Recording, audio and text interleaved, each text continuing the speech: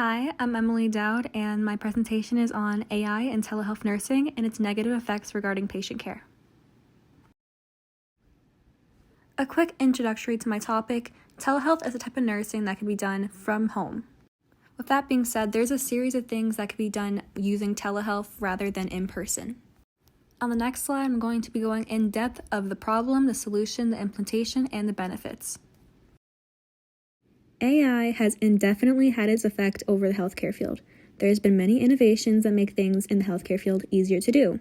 With that being said, telehealth nursing has implemented AI to look at specific information and data for a patient.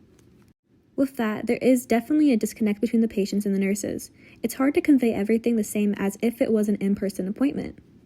This becomes a problem for the patient and for the nurse. For the patient, it becomes hard to build a bond with the nurse, and for the nurse, it's hard to care for a patient's mental and physical needs over a screen. Here is a little statistic that I pulled from one of my sources that introduces the idea of how important connection is between a nurse and a patient. On the left, we can see that a higher percentage of people wanted in-person appointments to see bad news, and on the right, we could see that it was kind of around equal, where if it was good news, they didn't feel a need to go in.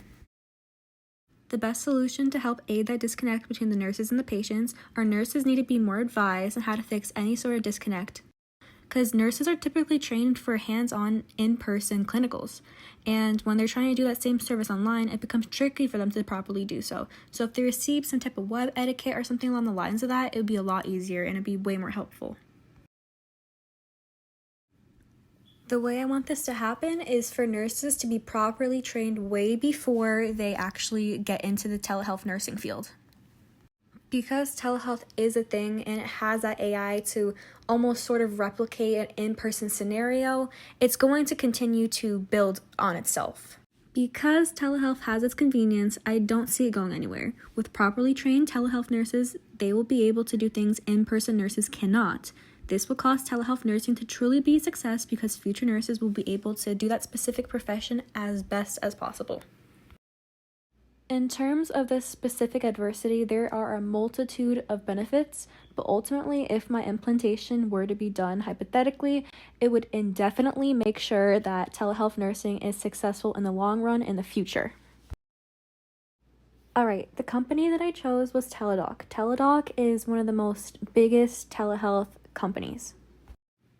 Teladoc itself has AI, analytics, treatment plans, and so much more embedded into it to make it as best as it can. Here I have a quick clip from the show The Resident. This little trailer regards nursing and patient care and shows the true connection between a patient and a nurse. You show up here every day. Because it's personal to me. And there's plenty of good nurses trying to do the right thing.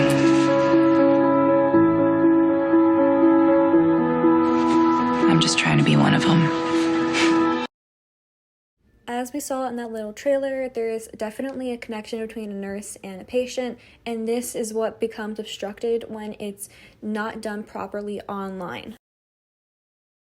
Overall, I'm sure every single one of us that's writing an essay about the negative effects of AI can clearly tell that it has progressed so much over the years. For my type of problem, the best solution would start with the people.